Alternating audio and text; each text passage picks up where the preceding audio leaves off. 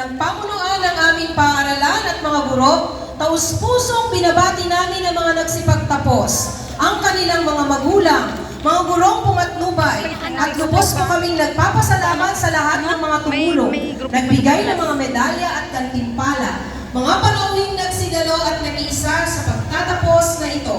Maraming salamat po. Unahan ng mga